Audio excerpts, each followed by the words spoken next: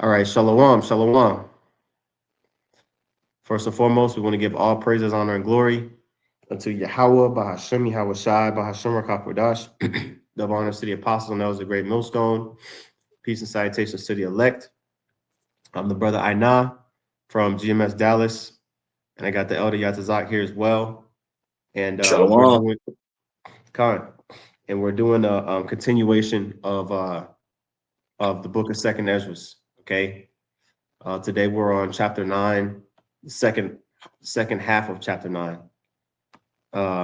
We left off at, I want to say, we read up until verse 26, but I'm gonna start back up at verse 24. All right, and Lord willing, we continue through the rest of the chapter. Chapters 7, 8, and 9 were all pretty much one single dialogue, or what's dialogue? Yeah, not a monologue. A dialogue was two people. A dialogue between Ezra and the angel Uriel. And so at the end of at the verse 24, okay, that was pretty much the end of that conversation. Verse 25, right, was pretty much the end of that conversation. So I'll read verse 23, and then we'll go from there. All right. This is Second Esdras chapter 9 and verse 23. And this is the angel Uriel speaking. It says, "Nevertheless, if thou wilt cease yet 7 days more," because Ezra was fasting for a period of a couple of weeks. He would fast 7 days, and then the angel of the Lord would come to him, and he fast 7 more days, and the angel of the Lord would come again. Right. So now the angel's telling him to fast again or cease, right? Meaning to abstain. Says, "But thou shalt not fast in them, but go into a field of flowers where no house is builded, and eat only the flowers of the field." So, yeah, the area that he was told to go into basically, was supposed to be like a wilderness area, right? And it says, "Taste no flesh, drink no wine, but eat flowers only."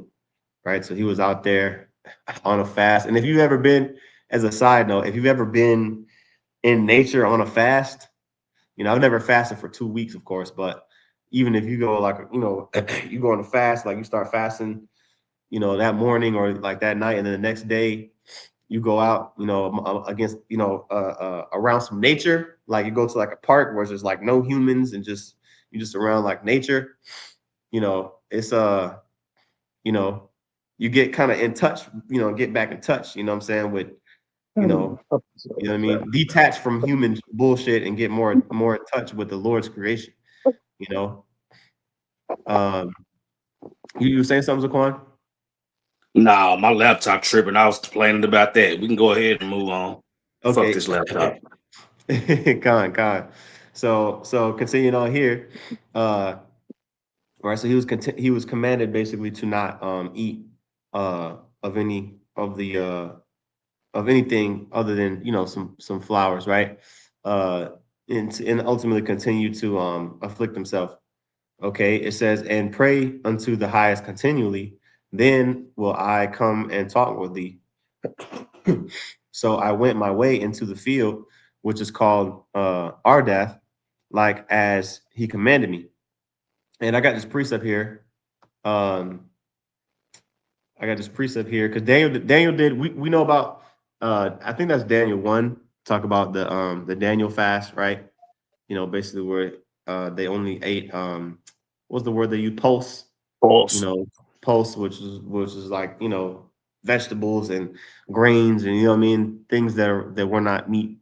But also when you get Daniel 10 and verses 2 and 3, all right, it talks about Daniel receiving a vision, right? And basically, I'll read verse 2. It says, "In those days, I, Daniel, was mourning 3 full weeks. I ate no pleasant bread." I ate no pleasant bread, neither came flesh nor wine into my mouth, neither did I anoint myself at all till 3 whole weeks were fulfilled. So even Daniel, not eating pleasant bread, well, I would imagine, leavened bread. You know what I'm saying? He didn't eat no meat, he didn't drink no wine, he was probably just drinking water, what I'm saying, and just eating, the bare minimum, what I'm saying? Because he was mourning. But yeah, fasting is basically a form of well, that's why it is afflicting your soul. That's why it says that afflicting your souls during the Day of Atonement. That's what I was talking about. You know what I'm saying? Not drinking or eating anything, because you are denying your flesh, right? And so it says back in Second Ezra 9, in the middle of 26, it says, and there I sat among the flowers and did eat of the herbs of the field, and the meat of the same satisfied me, right? So again, it wasn't meat, physical, you know, uh, meat like animal meat. It was food from the herbs of the field, right? It says, verse 27, after 7 days I sat upon the grass, and my heart was vexed within me like as before. Okay, so he fulfilled the period of time of 7 days, all right, of fasting, and he was still, this is back to back fast, like, what I'm saying, he was already fasting 2 weeks before. Now he was this is basically that third week. But the third week he ate of the grass of the field.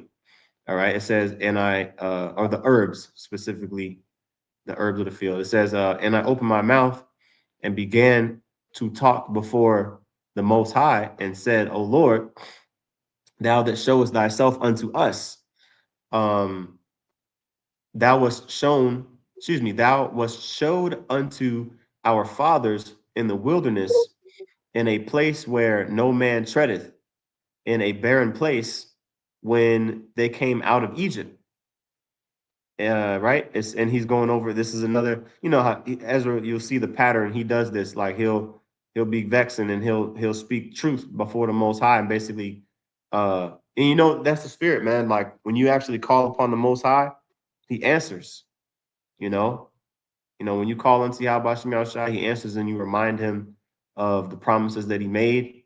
He'll answer, man. You know. But it says, and thou spakest, saying, Hear me, O Israel, and mark my words, thou seed of Jacob. For behold, I sow my law in you, and it shall bring forth, and it shall bring fruit in you, and ye shall be honored in it forever. Yeah, because when you go to the law, let's go to real quick, is Exodus 19.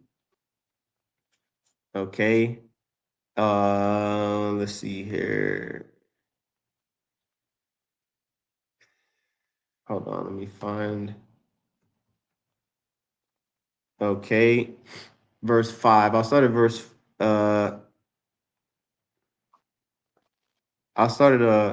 5. Verse 4. It says, "Ye have seen what I did unto the Egyptians."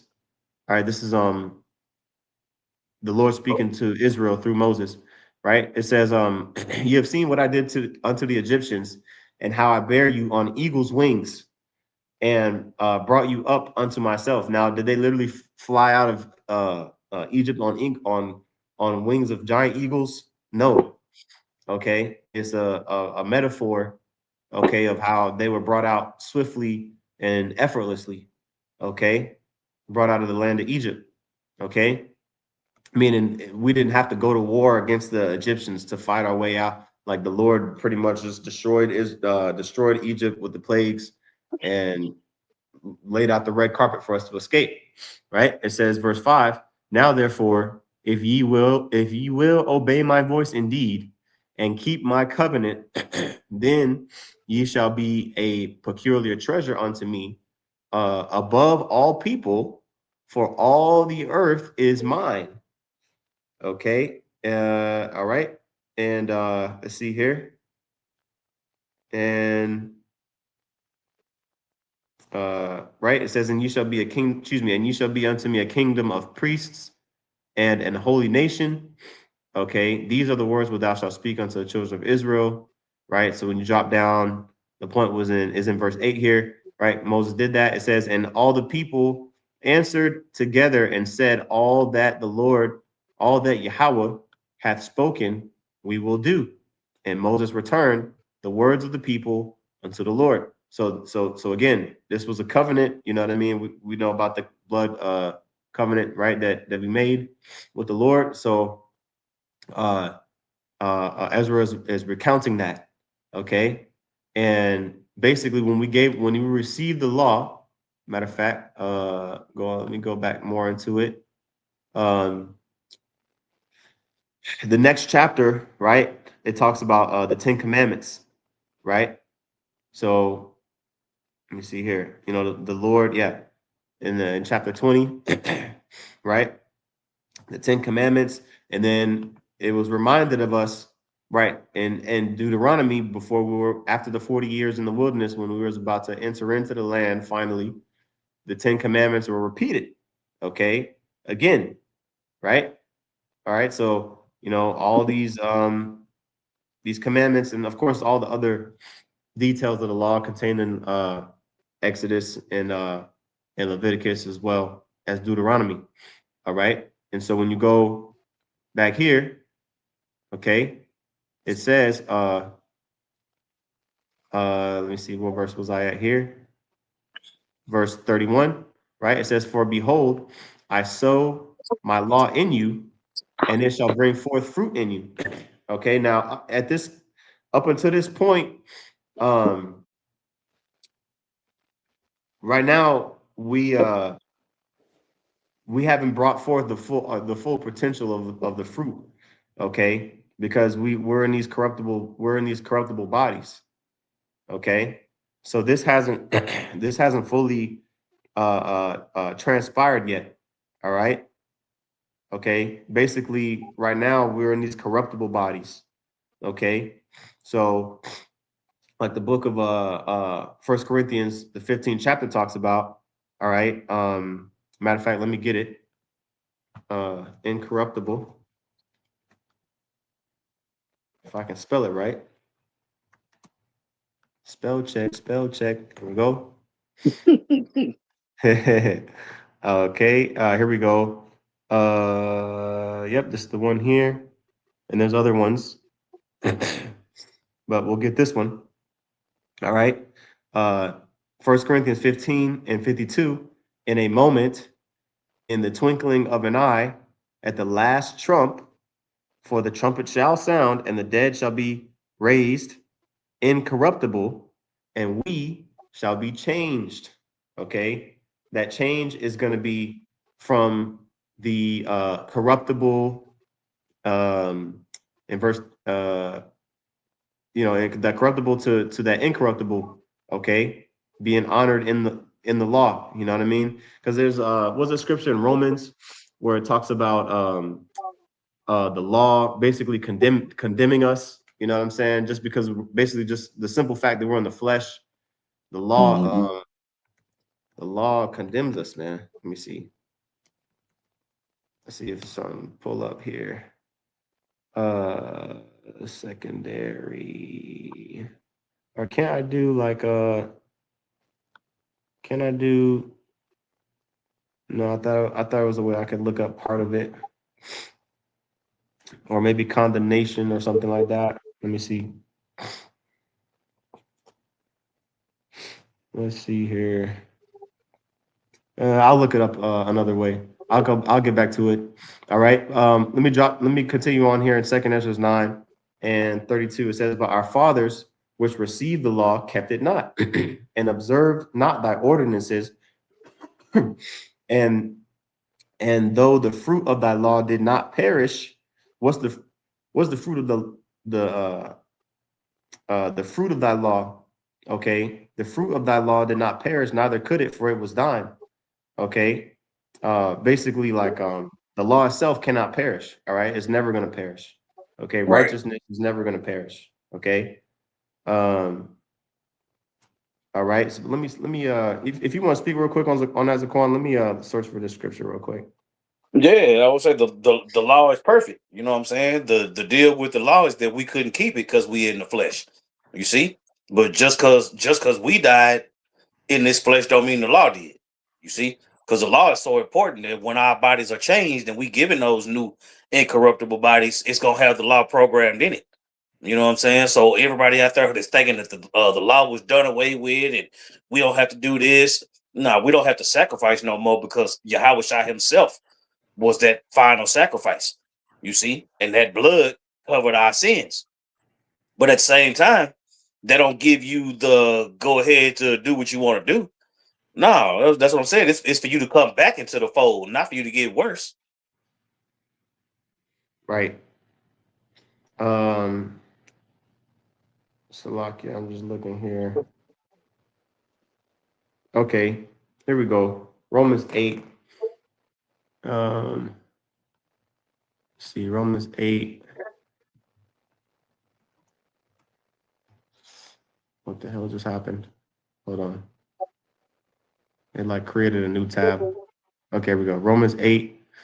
And I'll start at verse 1. It says, therefore, there is therefore now no condemnation to them which are in Mashiach Yahushai, who walk not after the flesh, but after the spirit. For the law of the spirit of life in Mashiach Yahushai hath made me free from the law of sin and death.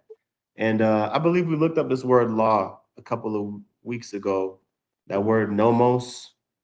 Um, it's the law in the traditional sense of what we think about, but also like uh like any rule, like for example, like the law or the rule of the wages of sin are death. Like that's a rule. Like if you sin, like if you transgress the law, you're gonna die.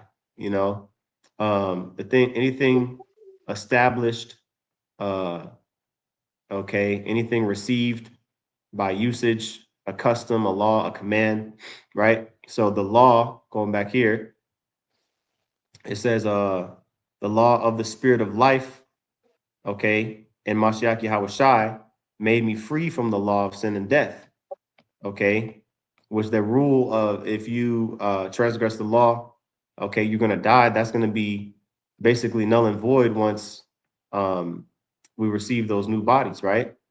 And it says, verse 3, here's the point, for what the law could not do, in that it was weak through the flesh, okay, because the law being weak through the flesh, meaning like our flesh is the thing that is corruptible. So when you look at it, you know, there's no way that we can fulfill the law in its totality in these bodies, right? But Yahushua did it, right? And so through what Yahushua did, we're going to be able to attain, the heart of flesh, okay, the incorruptible, immortal I'll say body. just like his flesh was made subject to vanity, now it's made subject to righteousness when we get changed. You see? Hmm. So just like we was made subject to vanity and it was impossible for us to be righteous, it's gonna be flipped. It's gonna be no way that we can go off because of that changed body. And a part of that new body is to have the laws put in you. Hmm. I'm gonna read it in the NLT. I'm gonna read this in the NLT. Done. Uh, Romans 8:3, the law of Moses, and this is in the NLT. Okay, it says, the law of Moses was unable to save us because of the weakness of our sinful nature. Yeah, so it wasn't like the law, like, had a flaw in it or something. Like, no, we are the defect in the equation. So that's the reason why Yep. we The couldn't. creature was made subject to vanity. That's it, right? It says, so the Most High did what the law could not do. Okay, He sent His own Son in a body like the bodies we sinners have, and in that body, uh, the Most High declared an end to sin's control over us by giving us His Son as a sacrifice for our sins. You see, because the law can't be what's the word, like taken back, like you know what I'm saying, like the law's still there. Okay, but we just didn't have a way to fulfill or like live in the law and thrive in the law the way that we were created to do. Okay, because of the sinful nature of our flesh. Okay, and so it says he did this so that the just requirement of the law would be fully satisfied for us. Yahushua is the one who satisfied that requirement, right? It says, who no longer follow our sinful nature, but instead follow the Spirit. Okay, so now hopefully that brings a little bit more insight, right? On verse 32 back in 2nd Esdras 9, where it says, but our fathers which received the law kept it not, okay, and observed that not thy ordinances. Why? Because they were in those what does it say? The sinful, we was in the, the flesh was sinful, we're in that flesh with sinful nature. Okay, the weakness of our sinful nature. Okay. It says, and though the fruit of thy law did not perish, neither could it, for it was thine, yet they that received it perished, right? The Holy Spirit cannot perish, right? Wisdom and knowledge and understanding cannot perish, but we perish, right? They that received it perished because they kept not the thing that was sown in them. Verse 34, and lo, it is a custom when the ground, excuse me, it is a custom when the ground hath received seed, or the sea, a ship, or any vessel, meat or drink, um, that being perished wherein it was sown or cast into, that thing also which was sown or cast therein or received doeth perish and remaineth not with us, but but with us it hath not happened so. Yeah, basically, this custom here, okay, of like even when you go into the law, right? Like when you go into the law, there's this part where it talks about like if a house has like a mold or like some type of defect where it's like just like this area of the house is just like it won't stop growing mold. You're supposed to cut it out. Okay, you're supposed to cut it out, get rid of it, and then replaster it and put it, put good wall up there.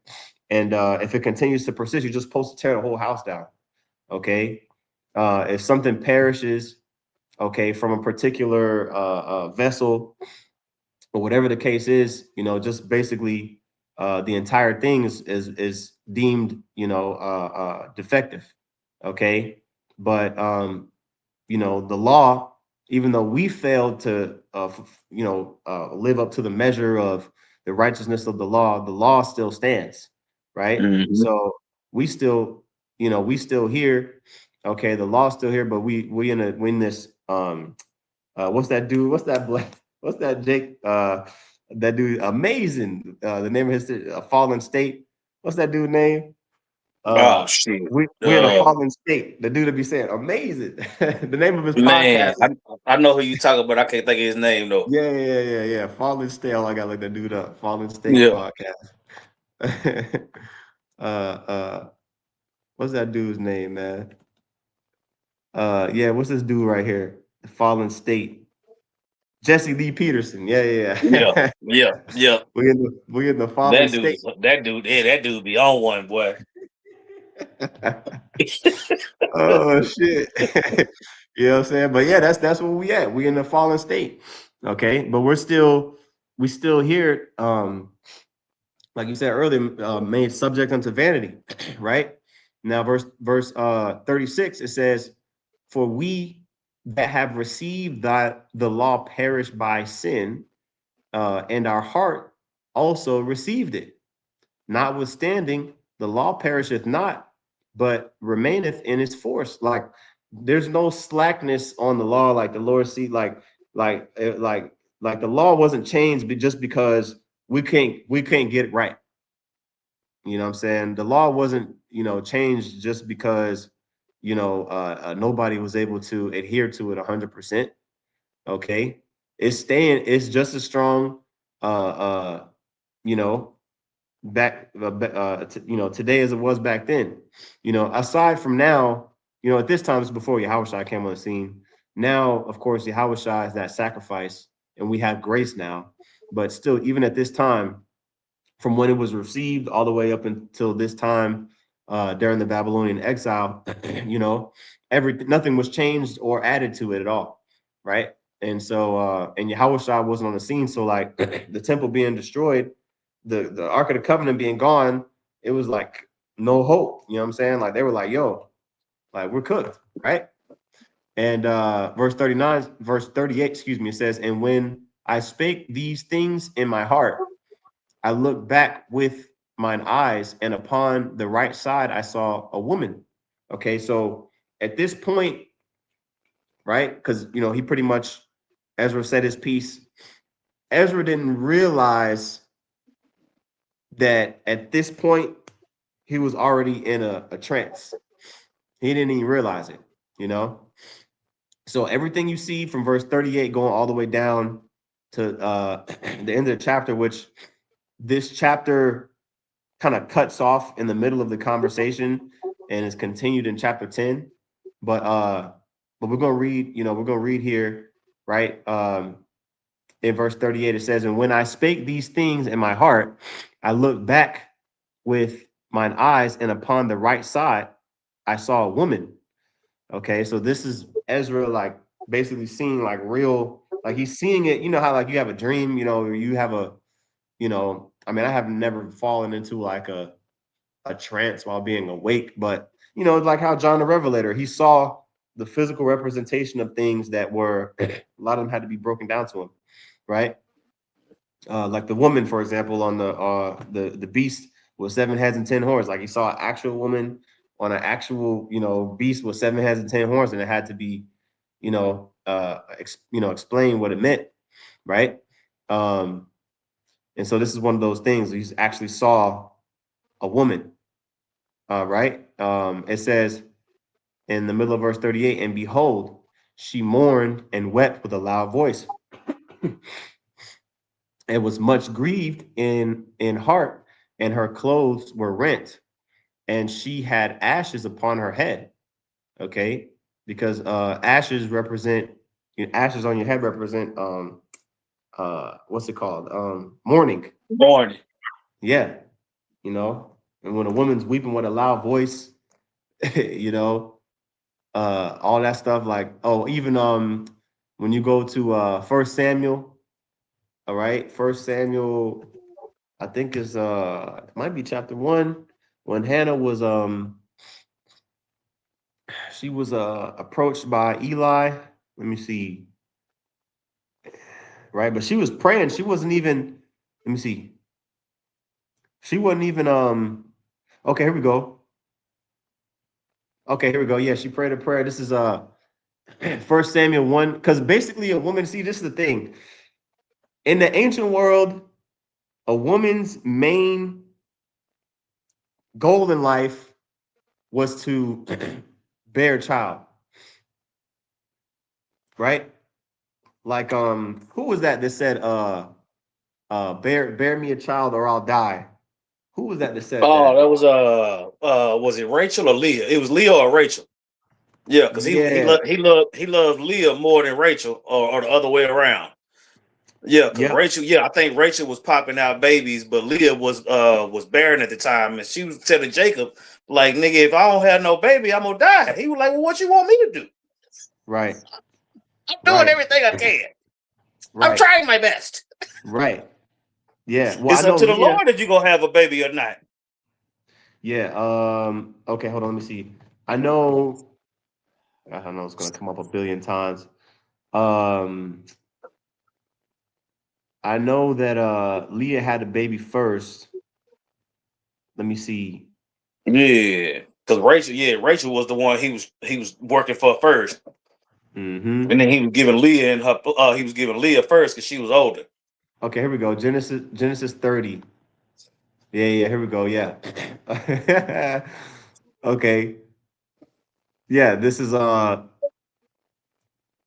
Genesis 30 and 1. It says, I think in 29, I think in 29 it talks about let me see. Scroll down. Yeah. In 29, Leah started having babies. uh Genesis 29 and 31. Because he had Leah and Rachel. It says when Yahweh saw that Leah was hated, he opened her womb, but Rachel was barren. See? So and then she had all the sons. She had Reuben, Simeon, okay, and who was the third one? Levi and Judah. So she had 4 children before Rachel had any. So Rachel was like, you know what I'm saying? Like, that's at least 4 years right there of watching her sister have children, and Rachel was like, what the hell going on, right? So and when Rachel saw that she bare Jacob no children, Rachel envied her sister and said unto Jacob, give me children or else I die. Man. So that's how serious it was. Like, you know what I'm saying? Like, and now women be getting abortions and shit. You know what I'm saying? Man. I'm talking about proud about it too. Yeah.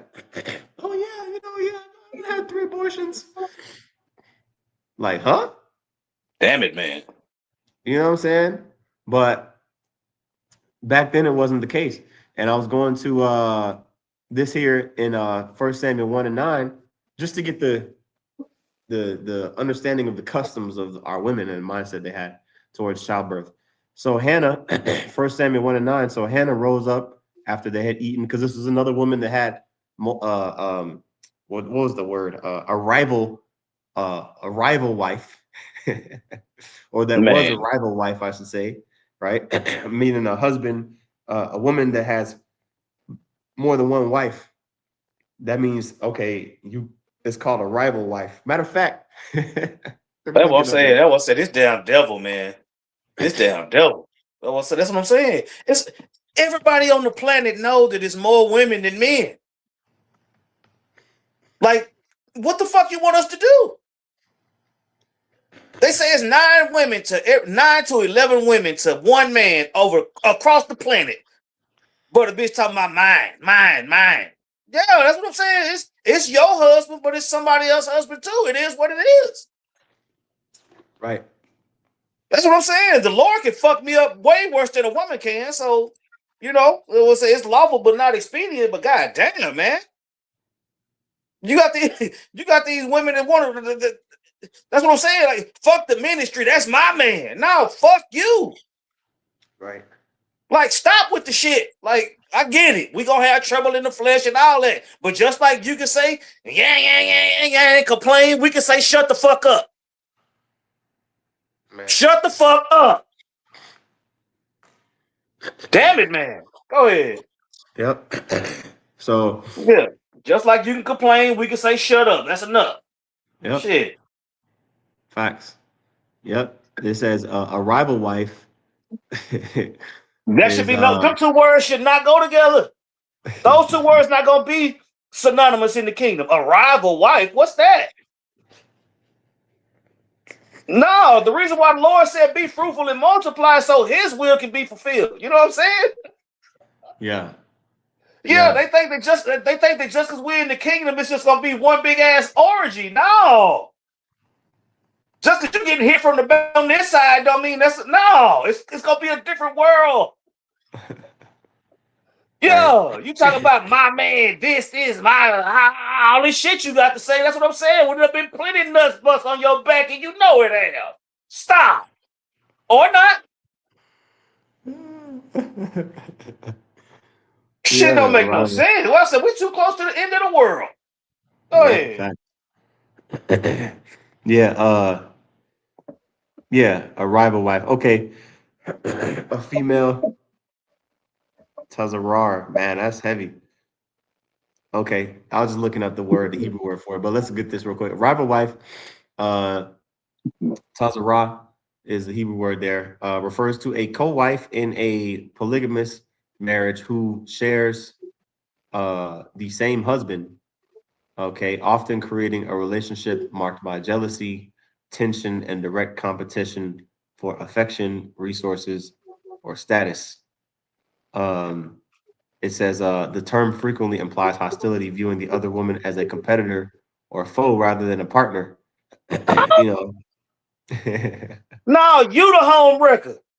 Yeah, the one that's causing a scene and throwing shit and acting a fool. You the home wrecker. Oh yeah. Shit. That's what I'm Yeah. saying. The numbers don't add up. Esau done Yeah. told you everybody got a soulmate when the numbers don't add up. Facts. 11 women to one man, but you not a soulmate, bitch? Come on, man. That's what I'm saying.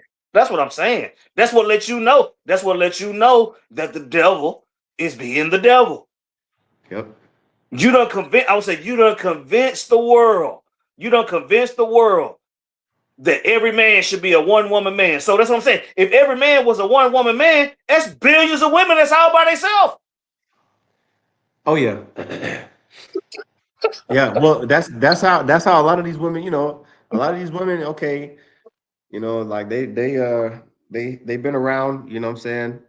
And then, they look up and then they mid to late 30s when shit starts sagging and wrinkling up, and they're wondering where their husband's at now that they want to settle down, you know? Yeah, But you can't do what men do. I would say men can deal with multiple women, but women can't deal with multiple men. It's not set yeah. up like that.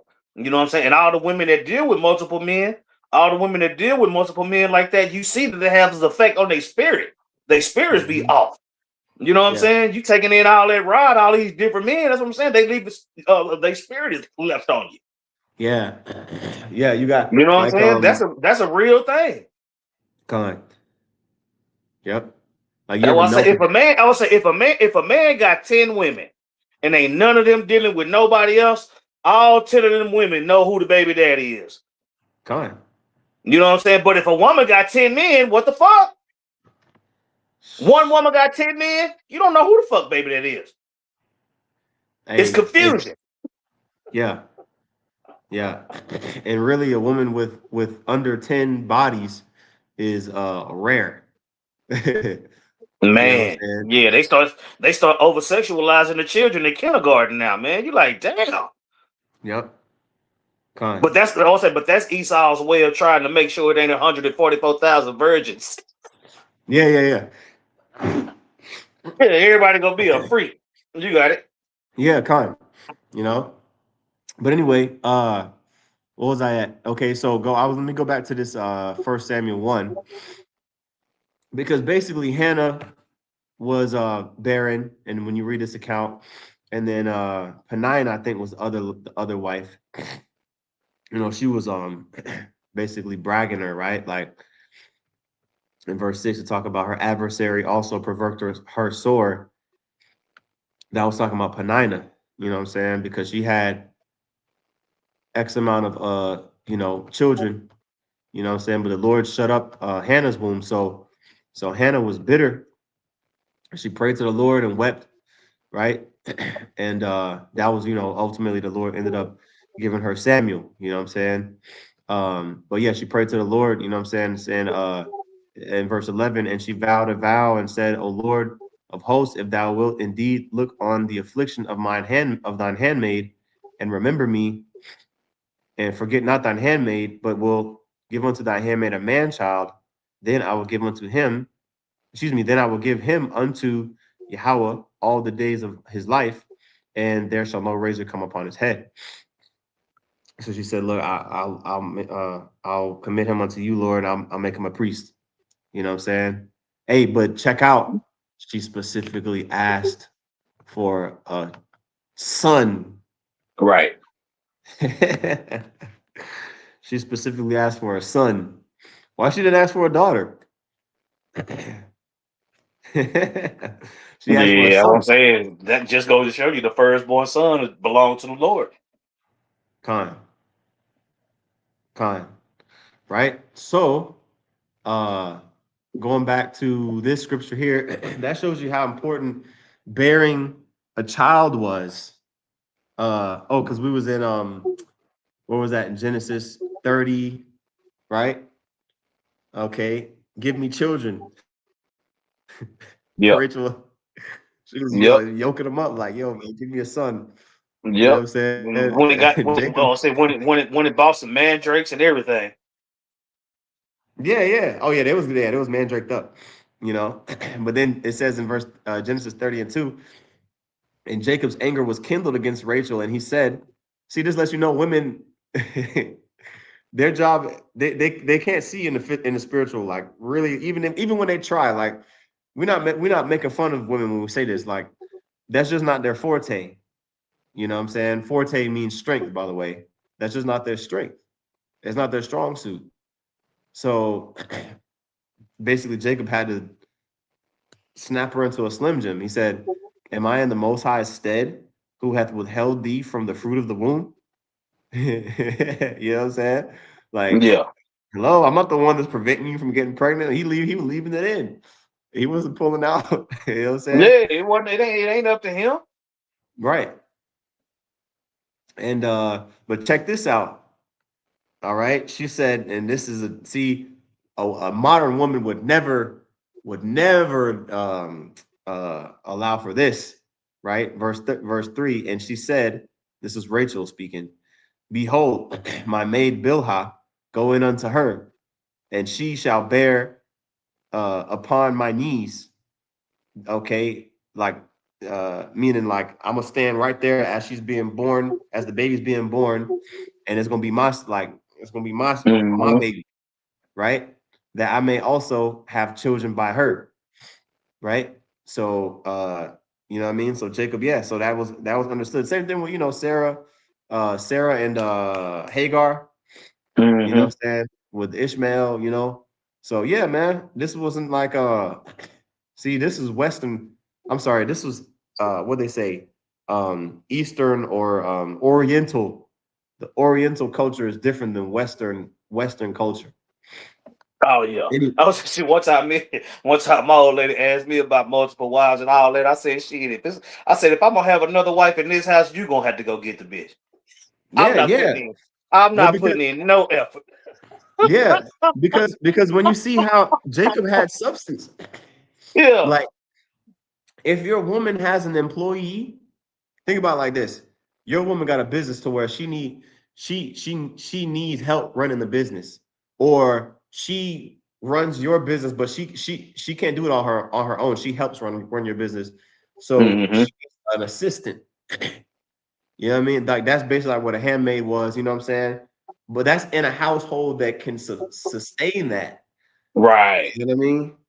Like I, if I have a one bed or if I have a studio apartment that I'm paying, 1,100 a month for, and a fucking 2004 Honda Accord or whatever, I don't need handmaids and a smorgasbord because I Right. don't have to manage. That lets us know that we're a slave. That lets you know you're a servant under Esau's shit. You know what I'm saying? Yeah, but the Because way we we don't really looking have. at it, that's what I'm saying. The way we looking at it in this flesh and having an understanding of the scriptures, if you got multiple wives nowadays, you're gonna have trouble in the flesh. You know what I'm Hell yeah. saying? Just imagine having three wives and y'all all under the same roof. It wasn't designed for that. Each woman had their own quarters. You know what I'm Hmm. saying? But Jacob had three women in the same house, all of them on their period at the same time. It's just not feasible. You know what I'm saying? Yeah. Yeah, Jake got three wives, all of them down the hall from each other. Hell Yeah. no. Three wives in a two-bedroom. No. That's not smart. That's not smart. You wonder why this nigga ain't never at camp.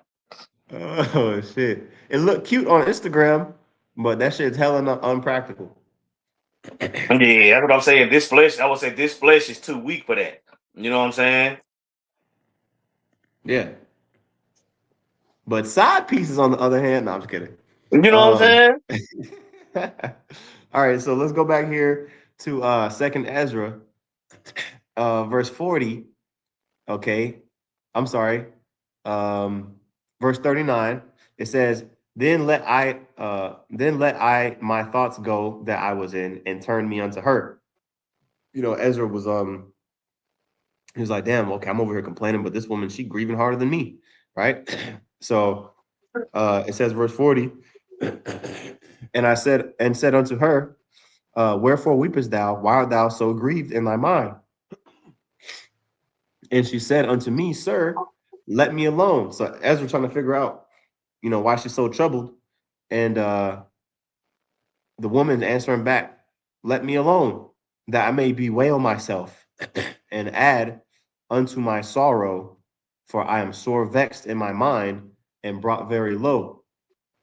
And I meant to get this. I'll get it in a little bit. Um, oh yeah, I forgot about this one too. I'll get all these. There's only two of them that I forgot. Uh, continue on to verse 40, 40. Well, actually, let me address verse 41. Okay. I'm gonna just break it down from the get-go. This woman is a parable or a uh representation of Zion or Jerusalem. Okay, the city. Okay. Um, Now I'm gonna continue reading here. Okay. It says, and I said unto her, what aileth thee? Tell me. Now keep in mind, the city Jerusalem, and we say it all the time. Uh Jerusalem or in Israel is a people before it's a place. So the people in this that belong to the landmass of Israel, right? That were native to that area, I should say. Um, you know, they were the ones that were giving life to the area. Like even when you go into um what was it called? In Second Kings 17, when Israel was taken out of the land, all right, and replaced with heathens by the Assyrians, like the land started attacking it, you know what I'm saying? Because Mhm. ultimately, Israel wasn't in the land. That's why even right now, the land of Israel right now is destitute, like as far as like the actual, like there's barely, it looks like they basically look like a desert. It's everything's dried up over there. You know what I'm saying? It used to be just green pastures and green everywhere, but now it's just all dried up, right? So it says, verse 41, and she said unto me, Sir, let me alone, that I may bewail myself and add unto my sorrow, for I am sore vexed in my mind and brought very low. And I said unto her, what aileth thee? Tell me. She said unto me, I, thy servant, have been barren and had no child, though I had an husband 30 years. Okay. And this conversation, again, because this chapter is almost over, and we're going to stop at the end of this chapter. But the breakdown of this chapter is really in chapter 10. Once this conversation continues, chapter 10 is going to continue in chapter 10, and it's going to end in that chapter. And then after that, the angel is going to return back, and show himself to Ezra and going to break this down. But we're going to address it now. Again, the woman represents Zion, Jerusalem specifically. Okay, being when it says thy servant have been barren and had no child, though I had an husband 30 years. Okay, um, basically, it says, well, let me continue reading. It says, in those 30 years, I did nothing else day and night and every hour, but make my prayer unto the highest. Right. So when you go into I can't remember what chapter that was. What chapter was that when David took Jerusalem? It was in Second Samuel. Let me see. David takes Jerusalem from the Jebusites. What chapter is that? Second Samuel 5. Let me go to that real quick. Uh Second Samuel 5. Let's see where we're at on the time. Are we good? Second Samuel 5. Okay. All right, so Second Samuel 5. Okay, and verse 8, David said, whosoever can take the Jebusites is going to be the chief and captain. Okay. And hold on, did I miss it? Let me see here. Did he take it in this chapter? Hold on, let me see. David took more What chapter concubines. you in? I'm in chapter 5, 2 Samuel 5. Hold on, let me see here. I thought that's where it was at. Yeah, it is. Okay, hold on. I think I skipped it. I went too far down. Yeah, Let me you go back. know, on chapter and verse, I be fuzzy. I can quote it, but yeah. No. This is it right here. Okay. Yeah. All right. This is also in Chronicles. All right. This is second Samuel 5 and 6. It says, I'm gonna read this in the NLT just to get it better. Second Samuel 5 and 6 in the NLT.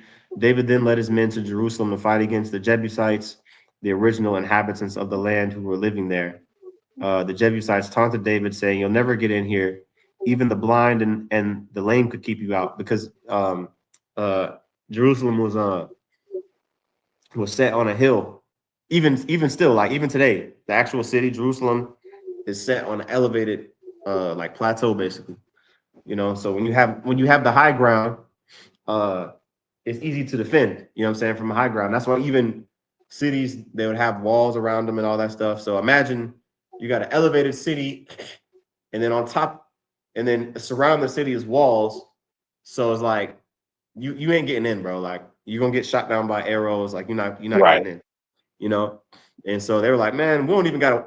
The Jebusites were like, man, like they were like, man, we don't even got to do shit. Like you're not even gonna be able to. You're not even gonna be able to take us out. They didn't care, right?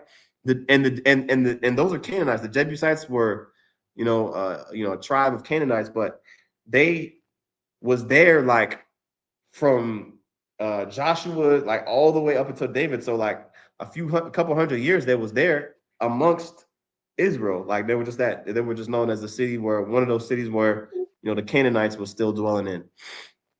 And it says, for the Canaanites thought they were safe, but David captured the fortress of Zion, which is now called the city of David. So Zion and Jerusalem and the city of David, they're all interchangeable, right? It says, on the day of the attack, David said to his troops, I hate those lame and blind Jebusites. Whosoever attacks them should strike by going into the city through the water tunnel. That's the origin of the saying, the blind and the lame may not enter into the house. Okay, it says, so David made the fortress his home, because it really was a fortress. Talking about the city of Jerusalem, like it was smaller. It was smaller at that time than it was, like obviously David expanded it. Then Solomon expanded it, and other kings, they made renovations and different things, extended the walls and stuff. But at the time, it was a sizable city, fortress that was fortified, I should say. And it says, and he called it the city of David. It says he extended the city, starting at the supporting terraces and working inward. So yeah, he extended the city, right? So he built it up. So now when you go back to here, okay, what was I at? Because David brought the Ark of the Covenant in. David brought the Ark of the Covenant in to Jerusalem, but he just didn't build the temple. Let me Right. see. I'm gonna just do a quick sir. When Yeah, did because he danced over recovering the ark. right brings Ark of the Ark to Jerusalem? What chapter was that in? Uh oh, the next chapter. Okay, chapter 6. Okay. Let's pull it up real quick. Okay. Okay, so he keeps conquering Philistines, and then the next chapter in chapter 6. Okay. Here we go. He brought the Ark of the Covenant back. Okay, let's go back to the KJV. Okay. It says 2 Samuel 6 and 2, and David arose and went with all the people that were with him from Baal of Judah to bring up from thence the ark of the Most High, okay, whose name is called the name of Yahweh of hosts that dwelleth between the cherubims. Okay, Boom. So basically, let me see. The ark is brought to Jerusalem. Okay. Um, okay, right. They had the dancing, and like you said, okay. And so yeah, so this was the chapter where the ark was brought. And so basically at that point, that was when in verse where was it? In verse 43, where she said, I thy servant have been barren and had no child, though I had a husband 30 years. The husband was basically the spirit of the Lord. You know what I'm saying? Like, you know, because when Israel entered into that city, all right, and the Ark of the Covenant entered in, the spirit of the Lord was there. Okay. Um, but but it says and had no child, okay, meaning because the child represents the temple being built up. Okay. So during that period of basically David bringing in, you know, especially bringing in the Ark of the Covenant, that really like solidified that was going to be the dwelling place of the Spirit of the Lord. Okay, and then saying that it was barren. Okay, meaning yeah, like the Ark of the Covenant, the Spirit of the Lord was there, but these were the days before the temple was being built, before the temple, you know, started getting built. So it says, and in those 30 years I did nothing else day and night and every hour but make my prayer to the highest, right? Again, this is we're looking at understanding that this woman is talking about is the Zion, you know, Jerusalem, the city. Okay, it says after 30 years, the Most High heard me, thine handmaid, and looked upon my misery. Uh, it says, looked upon my misery, considered my trouble, and gave me a son. And I was very glad of him. So was my husband also, and all my neighbors. And we gave great honor to the Almighty. So, again, after 30 years, it's talking about the time period between the Ark of the Covenant entering in to Jerusalem, all right, and the temple being built, okay, and you know, technically, it wasn't 30 years exactly on the dot to the day, but it was around 30 years because you know we know David ruled in Jerusalem for 30 years, and then immediately after David's death, Solomon reigned, right, and Solomon started building the temple 4 years into his rule, so it was like you know 30, 35, 36, 37 years, you know what I'm saying. But when you look at the word, the what 30 represents, we was looking at it earlier, the number 30, what it represents in the scriptures. This is just on Chat GPT, you know, our trusty source, Chat GPT, right? It says uh in the Bible, the number 30 usually represents maturity, readiness, dedication to service. Okay. When you look at it here, okay, priests began, it says represents the age of maturity or readiness for service. Okay. 30 is often the age when somebody begins official responsibility. So basically it was a point in time that you know, it said 30, but it was talking about you know, a complete amount of time, all right, appointed by the Most High, you know. Of course, 7 years, 40 years, you know, those have their own symbolic meanings, all right. But when you look here, it gives some examples of, you know, 30 years in the scriptures, right? Priests beginning their temple service at age 30, David becoming king at age 30, Joseph entering into Pharaoh's service at age 30, Ezekiel beginning his prophetic ministry at age 30, and then of course Yahushua was around 30 years old when he began his ministry publicly as well. So it says 30 marks the beginning of mature calling or divinely appointed work because nobody can deny that the building of the temple was purposely delayed, all right, because David wanted to build the temple. He wanted to build a temple unto the Lord, but it was purposely delayed because David had a lot of blood on his hands. Okay. And matter of fact, let me see if I can find that reference there. Um, See if I can find that reference. Okay. Why? Oh, because I'm not spelling blood right. That's why. Esau boy. Uh, there we go. Let me see. Let's see here. You said BLUD. Right. Yeah, you got it. No, I missed the L. That's why. Uh, it's all good. Let's see. Hold on. I think it was hands. Yeah, let me see this here. Hands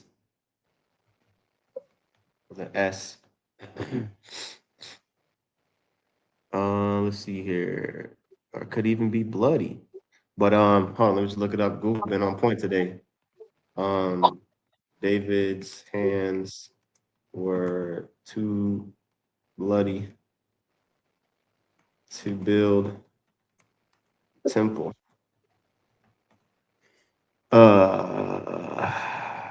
It's in Chronicles, but okay, 7. Okay, I feel like I probably should have just looked. First Samuel 7.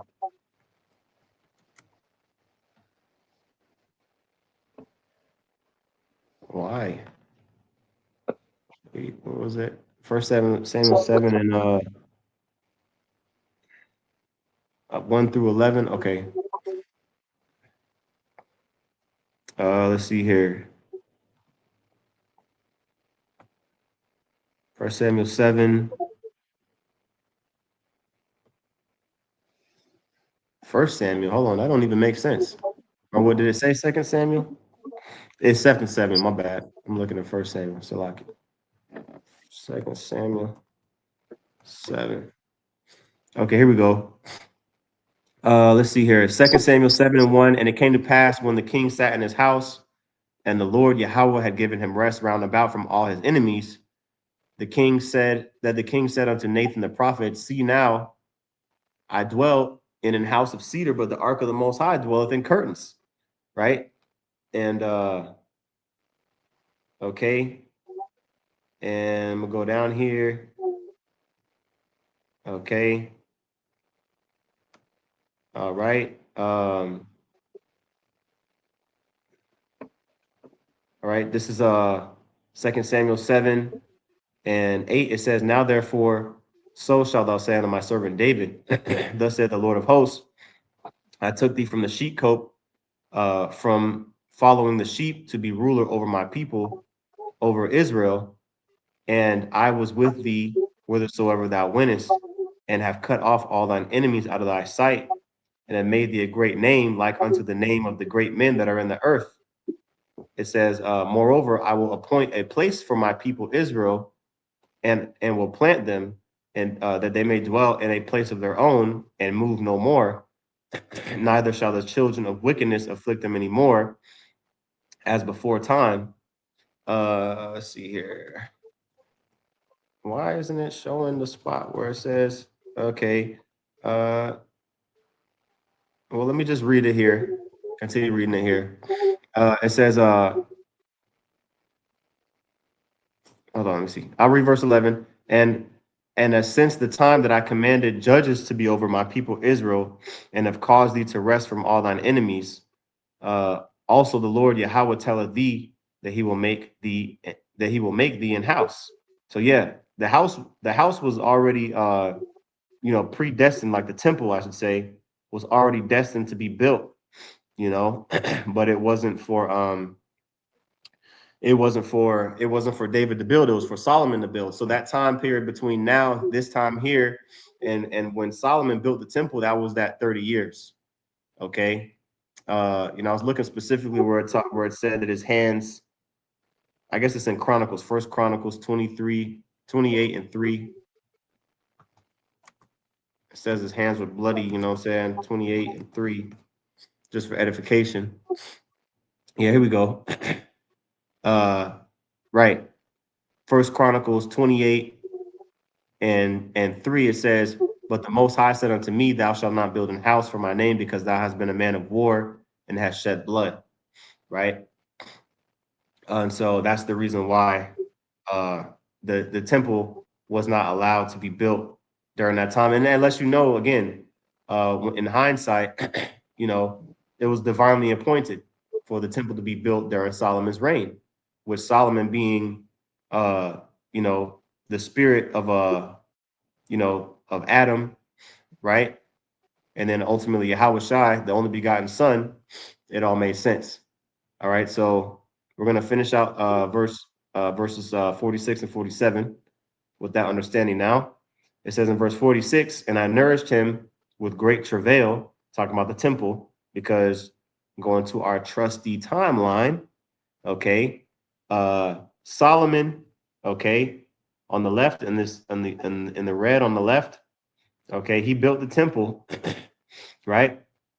And we know he ruled 40 years. In the fourth year, he started building the temple, and he completed it in the 11th year of his reign. Okay, so from like around this time, 960, all the way up until the temple being destroyed in 587. All right, that's over 300 years that the temple was up. You know what I'm saying? And during that time period, okay, I'll go back here. All right, it was nourished, right? Talking about the sun, that sun representing the temple. All right, it was flourishing. Okay, everything was, everything was good, right? It says, so when he grew up, verse 47, and came to the time that he should have a wife, I made a feast. Now, again, this this parable is going to continue in chapter 10. All right, but we're gonna continue it, in the next lesson. Um, so let me double check the comment board. And did you have any points, Aquan, that you wanted to make? Nah, we good. Okay. Yeah, I think we made the point. Yeah. Again, it'll expound more when we go into chapter 10. All right. But that was the end of chapter 9. All right. The second half of chapter 9. So Lord willing, Abaratazar, this was edifying. With that, we want to give all praises, honor, and glory unto Yahweh, Bahashem, Yahweh Shai, Bahashem Rachakwadash. Double honors to the apostles, and that was a great millstone. Peace and salutations to the elect. Shalom. Shalom.